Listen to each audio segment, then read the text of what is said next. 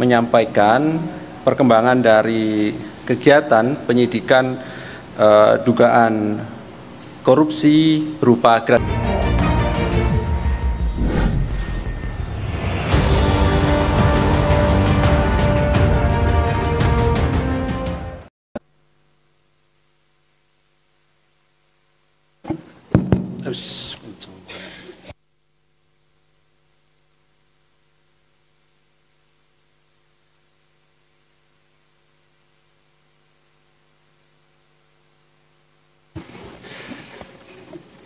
Bismillahirrahmanirrahim. Assalamualaikum warahmatullahi wabarakatuh. Selamat sore teman-teman semuanya. Terima kasih kehadiran pada sore hari ini. KPK kembali akan menyampaikan perkembangan dari kegiatan penyidikan dugaan korupsi berupa gratifikasi dan juga tindak pidana pencucian uang terkait pengurusan barang ekspor impor pada kantor pelayanan bea cukai khususnya di Makassar.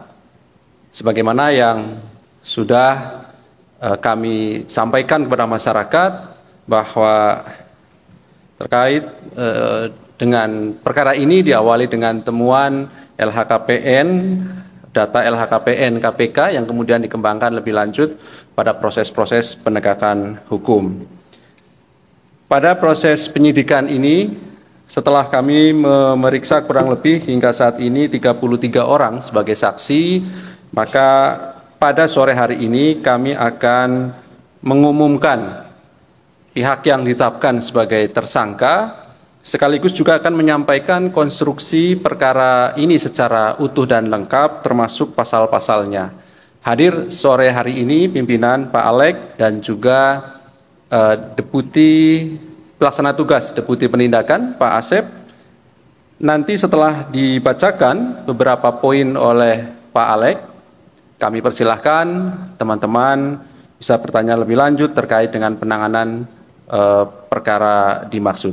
Baik, kami silahkan Pak Alek untuk membacakan poin-poin perkembangan dari proses penyidikan perkara tersebut.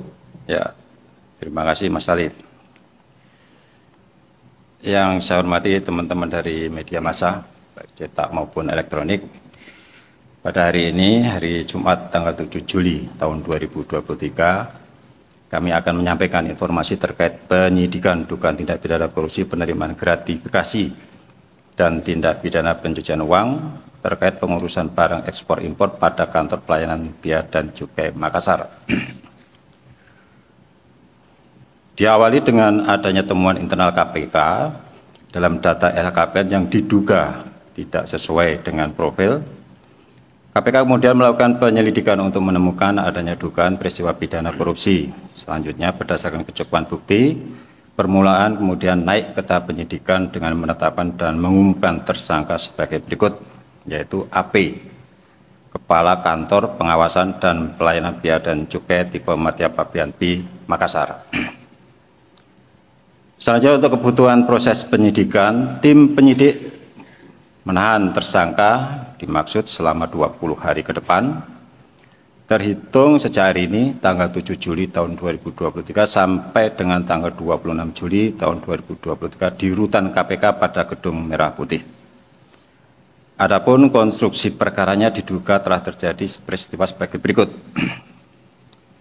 Terhitung sejak tanggal 22 Januari tahun 2010, Saudara AP resmi diangkat sebagai penyidik pegawai negeri sipil pada Kementerian Keuangan dengan jabatan terakhir saat ini sebagai Kepala Kantor Pengawasan dan Pelayanan Bea dan Cukai Makassar.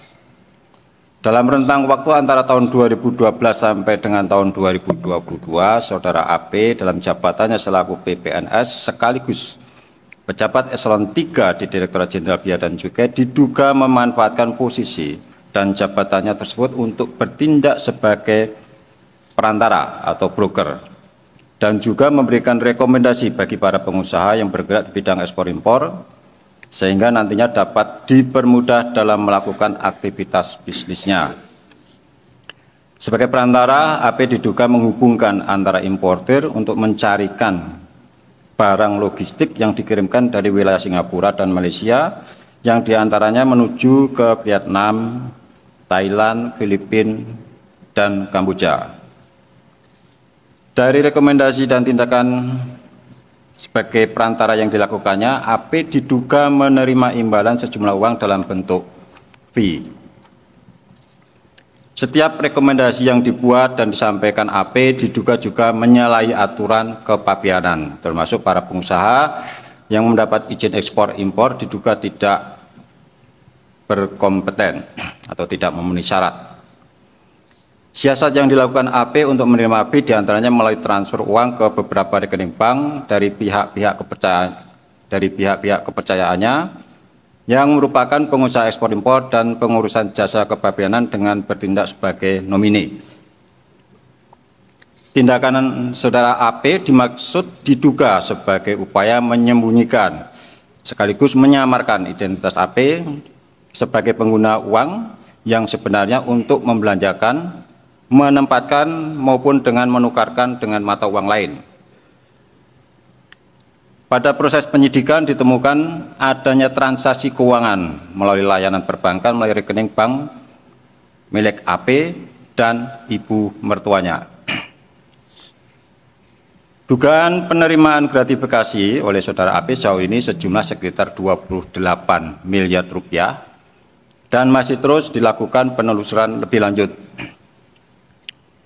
Diduga AP membelanjakan, mentransfer uang yang diduga dari hasil tindak pidana korupsi dimaksud untuk keperluan AP dan keluarganya.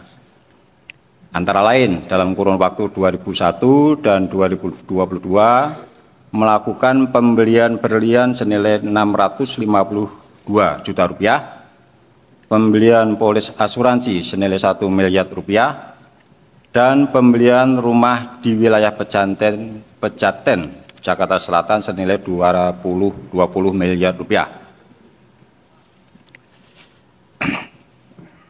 Selanjutnya AP disangkakan melanggar pasal 12B besar Undang-Undang Republik Indonesia Nomor 31 Tahun 99 tentang pemberantasan tindak pidana korupsi sebagaimana telah diubah dengan Undang-Undang Republik Indonesia Nomor 20 Tahun 2021 tentang perubahan atas Undang-Undang Nomor 31 Tahun 99 tentang pemberantasan tindak pidana korupsi.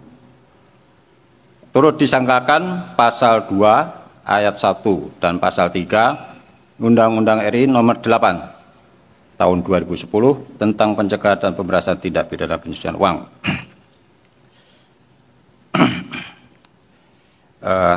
Teman-teman, mungkin AP ini untuk tersangka yang kedua, ya, menyangkut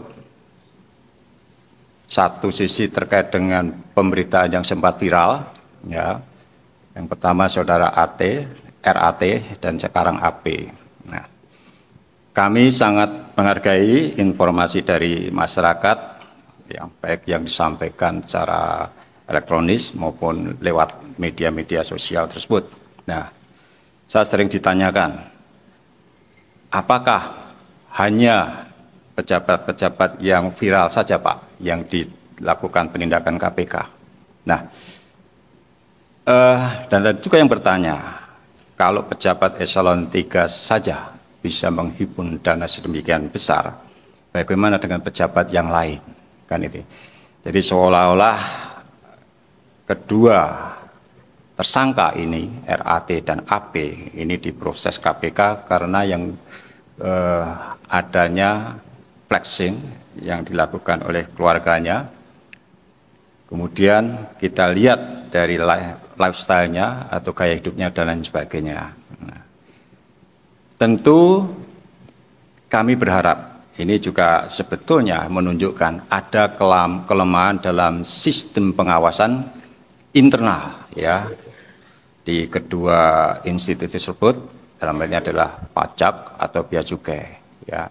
Dan ini kalau kita ikuti, ya, dari tahun 2012 sampai 2022 cukup lama juga, ya.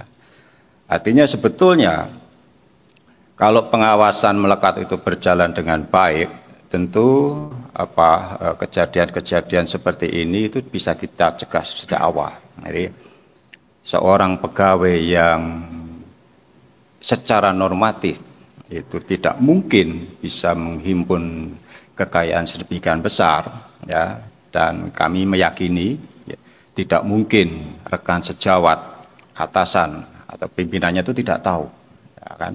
Jadi salah satu penanda atau red flags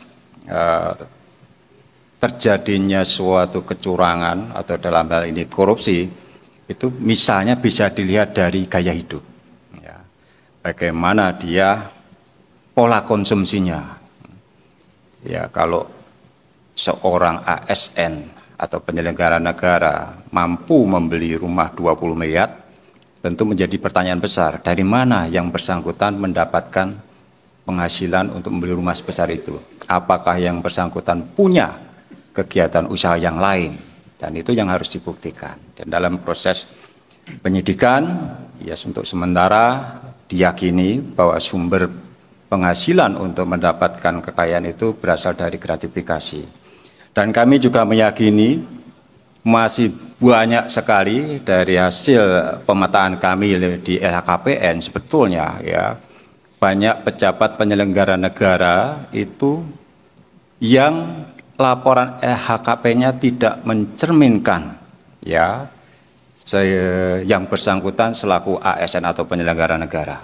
Nah, pimpinan sudah meminta agar ya dilakukan pemetaan terhadap LHKPN terutama para penyelenggara negara yang menduduki instansi-instansi strategis, ya, antara lain pajak, bea cukai, dan aparat penegak hukum, ya, entah itu jaksa, polisi, dan hakim, ya.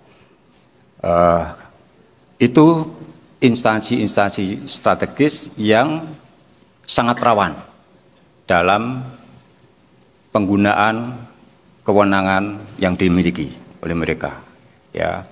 Kita bisa, ya, masyarakat sebetulnya bisa memotret, ya, bisa melihat entah itu tetangganya kalau yang bersangkutan berprofesi sebagai penyelenggara negara dan lain sebagainya. Dan LHKPN itu kan dokumen yang sifatnya publik. Teman-teman bisa melihat dari sana dan memotret, ya. Kalau ada penyelenggara negara memiliki bidang tanah, rumah yang jumlahnya puluhan, ya tentu sudah menjadi pertanyaan sebetulnya, gitu kan, ya. Menjadi pertanyaan dari mana itu yang bersangkutan itu mendapatkan kekayaannya. Dan kami juga menyoroti terkait ketidakpatuhan penyelenggara negara dalam melaporkan LHKPN, kan seperti itu. Nah, bagi para penyelenggara negara apalagi yang menduduki pimpinan-pimpinan lembaga negara yang tidak atau belum menyampaikan LHKPN-nya, kami sebetulnya juga berharap pimpinan atau atasan yang bersangkutan itu juga bisa melakukan teguran, ya kalau perlu dicopot dari jabatannya sebagai salah satu bentuk sanksi ketidakpatuhan penyelenggara negara dalam penyampaian LHKPN. Jadi sehingga apa, LHKPN ini tidak dilihat sebagai apa, ya sekedar laporan, tetapi seharusnya dilihat itu sebagai suatu kewajiban dan bentuk transparansi pejabat publik terhadap kekayaannya. Mungkin beberapa hal itu yang bisa saya sampaikan untuk diskusi dan pertanyaan, silakan. Baik, terima kasih Pak Alek yang sudah membacakan beberapa poin perkembangan dari penanganan perkara dimaksud. 1 orang sebagai tersangka sudah kami umumkan dan juga ditahan hari ini sampai nanti 26 Juli 2023 di Rutan Cabang KPK pada Gedung Merah Putih KPK. Baik, kami silahkan 3 orang penanya. Oke, 1, 2, 3. Dimulai dari sebelah kanan saya, boleh? Silakan, Mas Chandra ya. Oke, silakan Mas. Bentar. Yang menanya dari kemarin kan kalau pengembangan kasusnya dari hasil-hasil riksa disebut bahwa barang dan rekening terkait pencucian uang Pak AP ini dikelola atau digunakan oleh keluarganya. Apakah KPK berkemungkinan menetapkan tersangka pasif dalam kasus ini? Terus yang kedua, apakah ada pihak bea cukai lain yang ikut membantu Pak AP menerima barang-barang gratifikasi atau uang-uang gratifikasi ini? Karena kan terbilang jumlahnya juga terlalu besar, masih ia sendirian gitu. Terus yang ketiga, apakah mungkin ada penerimaan gratifikasi ini untuk meloloskan barang ilegal yang seharusnya tidak boleh masuk ke Indonesia? Karena kan bea cukai harusnya mencegah barang-barang ilegal itu masuk. Terus keempat, terkait bea cukai juga, kan ada juga Pak Eko Darmanto yang juga naik ke penyelidikan karena pemeriksaan LHKPN. Nah ini kenapa dia masih nyangkut di penyelidikan? Apa bedanya dengan Pak AP yang lebih dulu naik dan sekarang sudah ditahan? Kasus lain Bapak sekalian? Mumpung ada Pak Alex. Soal ini disuruh kantor soal Pak Endar satu. Pak Endar, soal Pak Endar. Ini kenapa Pak Endar setelah dikembalikan lagi menjadi direktur penyelidikan, terus dia disekolahkan ke Lemhanas? Karena banyak masyarakat yang berkomentar, apakah memang KPK tuh benar-benar mau mengembalikan lagi Pak Endar? Ataukah tidak? Karena kan baru masuk udah disuruh sekolah lagi gitu. Apakah memang itu diartikan KPK tidak menginginkan Pak Endar datang langsung atau buru-buru bekerja di KPK gitu? Seperti itu. Oke, silakan. Selamat sore Pak Alex, Pak Asep, Pak Ali, saya Yogi dari Detik.com. Pertama bahwa di kasus ini kan gratifikasinya Andi ini kan terkait jabatannya di Kepala Bea Cukai ya, terkait ekspor dan impor. Nah dari perbuatannya ini apakah ada kerugian negara yang diakibatkan oleh perbuatan pelaku? Kemudian yang kedua, hari ini juga KPK memeriksa istri dari Andi Pramono dan terkait keterlibatan istrinya Andi Pramono mungkin di kasus pencucian uangnya Andi Pramono ini apakah sudah terendus, apakah sebagai pelaku pasif, pelaku aktif atau seperti apa? Dan yang ketiga sebenarnya nilai TPPU-nya dari Andi Pramono itu sebenarnya ada kisarannya, sudah ada berapa kisaran yang didapat KPK. Dan di kasus lain izin soal kasus pelecehan istri tersangka oleh pegawai rutan sejauh ini seperti apa perkembangannya? KPK kan sebelumnya mengatakan membuka peluang untuk melimpahkan kasus itu ke kepolisian. Nah perkembangannya seperti apa? Terima kasih.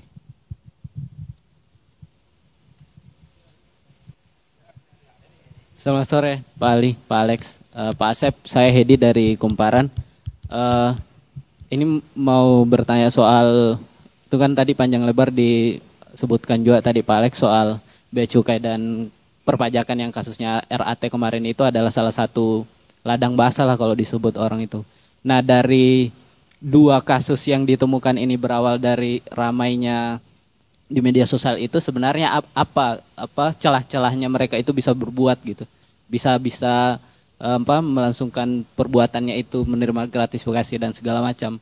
Karena kalau celah itu mungkin bisa diterangkan itu mungkin sekaligus masukan atau apa gitu ke lembaga yang bersangkutan untuk mencegah itu mungkin lebih perlu dijelaskan soal celah-celah mereka bisa menerima gratifikasi dan membantu para yang mereka mau difasilitasi itu apa. Terus yang ini lebih detail mungkin lebih spesifik yang soal rumah tadi disita itu apakah benar yang ramai di media sosial itu yang rumah besar itu? Itu Pak Ali. Terus yang ini khusus ke Pak Ali mungkin yang soal laporan ke Dumas itu Pak, yang soal Bupati Bandung katanya dilaporkan itu terkait kasus apa ya? Makasih. Selamat sore Mas Ali, Pak Alek dan Pak Asep. Saya Niam dari Kompas.com. Izin mau menanyakan. Ini kan konferensi pers kalian pengumuman tersangka terkait TPPU-nya si Andi Pramono gitu. Nah, sementara dalam LHKPN-nya Andi Pramono ini dia kan tercatat punya surat berharga 2,9 miliar.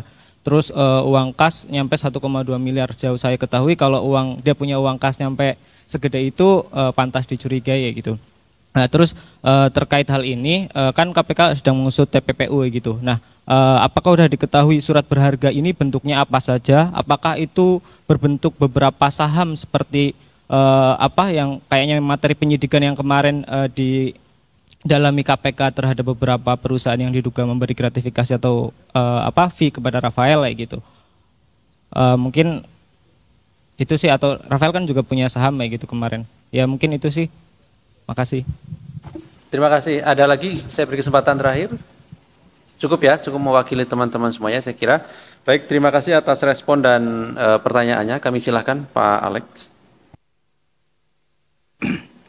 Terkait dengan TPPU pasif, ya ini menyangkut penggunaan harta kekayaan dari hasil korupsi oleh keluarganya, kan seperti itu. Apakah dimungkinkan istri maupun anaknya itu sebagai pelaku pencucian uang? Sering terjadi begini teman-teman ya, seorang istri atau seorang anak mungkin tahu ya, mungkin atau bisa dipastikan pasti tahu berapa penghasilan dari kepala rumah tangga atau suami ya, yang tidak memungkinkan untuk memberikan suatu kehidupan yang mewah. Tapi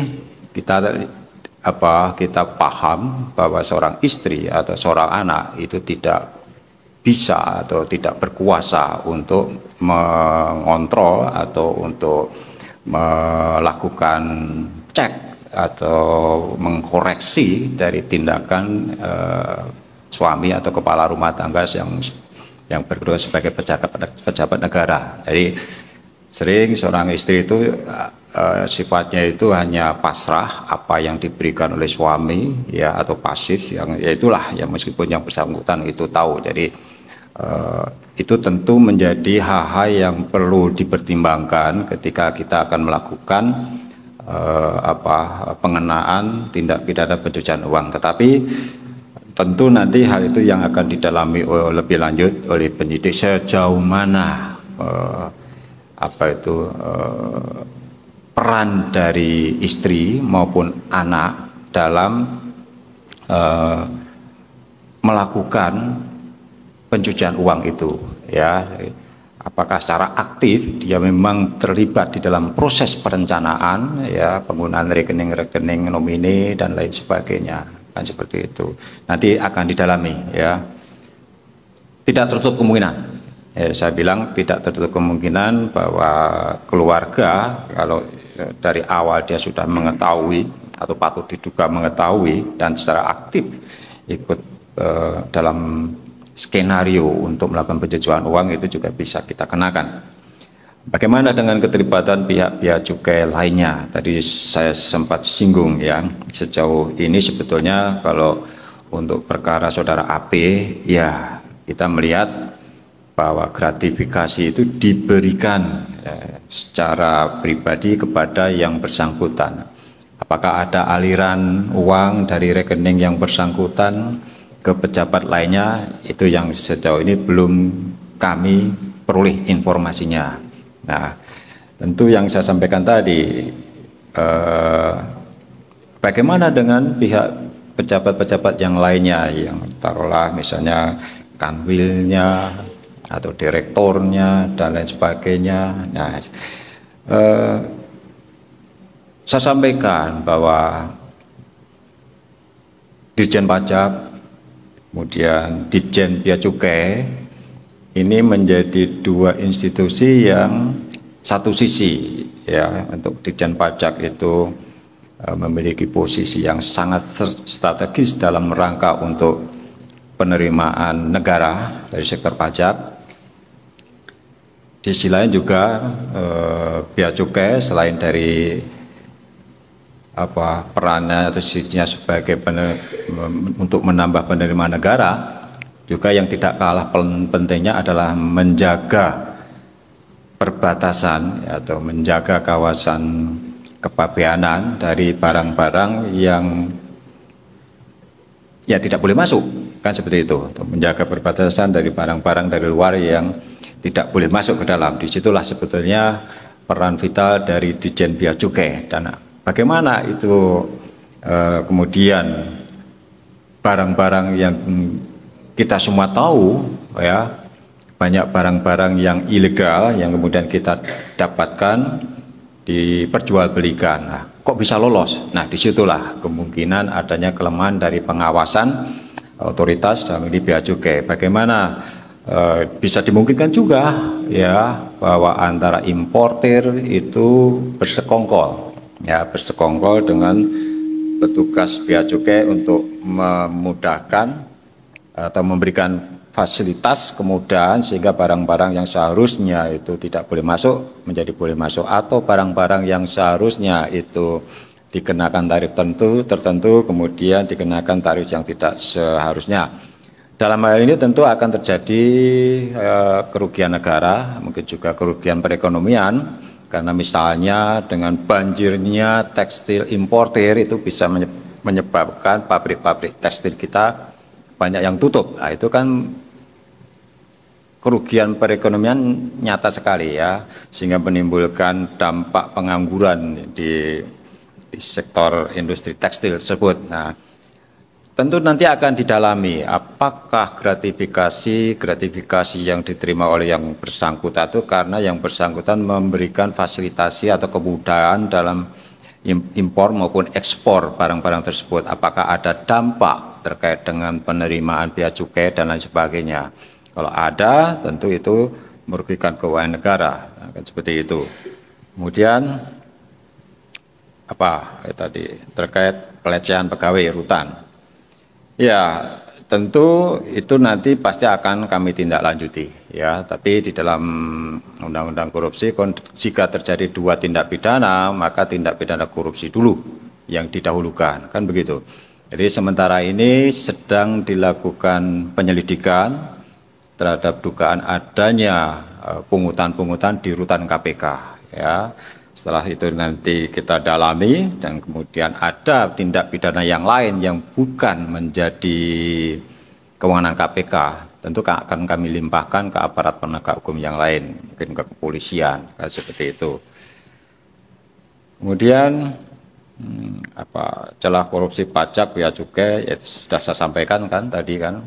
Jadi ada kemungkinan bahwa penggunaan kewenangan oleh petugas pajak atau petugas bea cukai bertentangan dengan undang-undang perpajakan maupun undang-undang kepabeanan, sehingga menimbulkan itu tadi penerimaan negara yang berkurang ya, kemudian adanya barang-barang importir yang ilegal yang berdiri di pasaran. Itulah celah-celah yang dimungkinkan dan itu bisa saja terjadi ya kalau ada persekongkolan antara pihak-pihak yang berkepentingan di dalamnya ya. Kalau terkait dengan surat berharga di LKPN bentuknya apa saja, nah tentu sebetulnya nggak tahu secara detail sebetulnya bisa dilihat atau masyarakat nggak, kan ada surat berharga misalnya yang diperjualbelikan di pasar modal, kalau itu kan sudah clear kan berapa harganya dan lain sebagainya, atau penyertaan di perusahaan-perusahaan yang lain, tentu itu nanti yang didalami ya. Misalnya ya ini beberapa kasus atau kasus sebelumnya itu kan ada pegawai pajak yang punya kantor konsultan pajak. Nah ini kalau ini saya nggak tahu apakah yang bersangkutan punya saham di salah satu perusahaan forwarding atau perusahaan ya perkapalan atau perusahaan yang mengurus jasa ekspor impor. Nah kita belum tahu bentuk surat berharganya itu seperti apa, tetapi kalau yang bersangkutan memiliki perusahaan-perusahaan yang ada kaitannya dengan kepabeanan, tentu itu pasti akan menimbulkan konflik kepentingan ya. Dan ya saya kira terkait dengan ketentuan konflik kepentingan harus diakui di Indonesia itu masih sangat lemah, dan kami sedang merumuskan sebetulnya ya. Seharusnya KPK bisa menjadi leading sektor dalam memformulasikan atau merumuskan tindakan-tindakan yang bertentangan dengan konflik kepentingan. Jadi aturan-aturan itu seharusnya kami yang merumuskan dan menjadi guidance ya yang berlaku secara nasional, kan gitu kan. Jadi dan ada ancamannya ya kalau seseorang yang terlibat ke konflik kepentingan tetapi dia tidak mendeklar, ada ancaman atau sanksinya, kan itu yang sedang kami rumuskan. Kami sudah bicarakan dengan Deputi Pencegahan agar KPK menjadi leading sektor dalam mengguidance, memberikan arahan, memberikan petunjuk dan menerbitkan regulasi-regulasi menyangkut pencegahan korupsi. Itu tadi dalam bentuk misalnya aturan-aturan terkait dengan konflik kepentingan. Nah, sehingga apa? Ya, supaya secara nasional itu punya standar yang sama, apa yang dimaksud dengan konflik kepentingan dan apa sanksi bagi mereka yang melanggar. Nah, ini yang belum pernah kita lakukan ya, meskipun sebetulnya kalau saya baca undang-undang KPK itu sangat memungkinkan KPK itu membuat aturan-aturan pencegahan yang mengikat seluruh kelembagaan atau instansi pemerintah, kan begitu, dalam rangka pencegahan korupsi ini. Kemudian terkait saudara EP ya, kenapa baru ditarik kemudian disekolahkan ya, perlu teman-teman ketahui bahwa Lemhanas itu kalau tidak salah sudah dimulai bulan Maret ya, bulan 3 Maret atau April ya, oh ya. Jadi ya taruhlah bulan April itu. Jadi sudah lama yang bersangkutan itu sekolah di Lemhanas itu bersamaan dengan Sekjen ya, Sekjen KPK Pak Cahya, dan juga 3 direktur, 2 direktur di Direktur Koordinasi Supervisi dan 1 direktur monitor. Oh, berarti 4 ya. Ada 4 direktur ya. Jadi bukan tiba-tiba kita tarik lagi, nah kemudian kita sekolahkan seolah-olah oh ini KPK ini enggak serius nariknya. Enggak. Dan perlu kami sampaikan ya bahwa penarikan yang bersangkutan ke KPK itu bukan merupakan putusan banding, tindak lanjut dari putusan banding. Saya sampaikan bukan ya. Surat Menpan itu hanya menyarankan ya, menyarankan demi hubungan baik ya, antara KPK dan Polri. Dan itu juga sudah kami bicarakan dengan pihak Kapolri ya. Kami menghargai surat Kapolri tanggal 29 Maret ya. Kan pemberhentian saudara EP itu kan per 1 April. Jadi seolah-olah surat Kapolri lebih dulu terbit.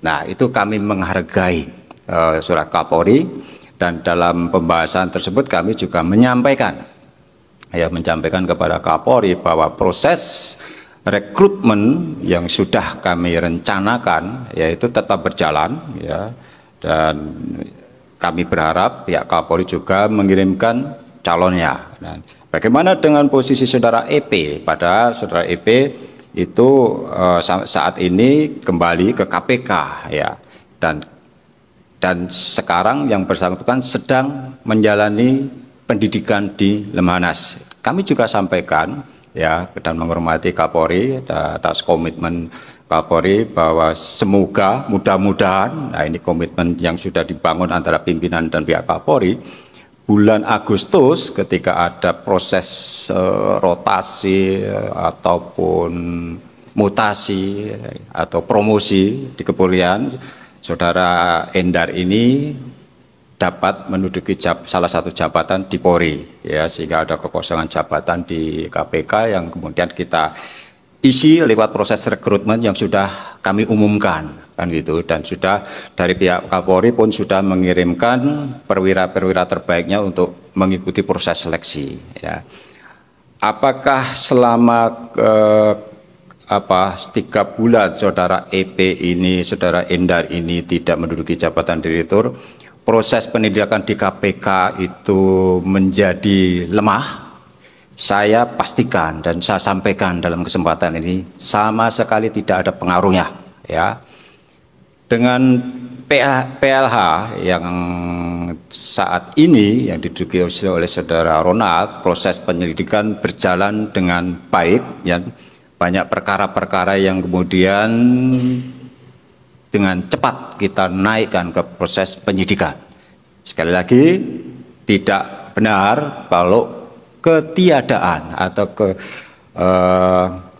dari saudara EP atau tidak adanya direktur yang definitif di Direktorat Penyelidikan, proses kerja di penyelidikan menjadi terganggu. Nah, mungkin kalau teman-teman ingin kepastian boleh ditanyakan ke PLT Deputi Penindakan. Dia bisa menjelaskan selama 3 bulan terakhir ini berapa penyelidikan yang dinaikkan ke penyidikan. Itu jumlahnya sangat banyak ya, jauh lebih banyak dari periode sebelumnya. Nah, ini menunjukkan bahwa kinerja dari PLH Direktur Penyelidikan itu juga sangat baik, ya.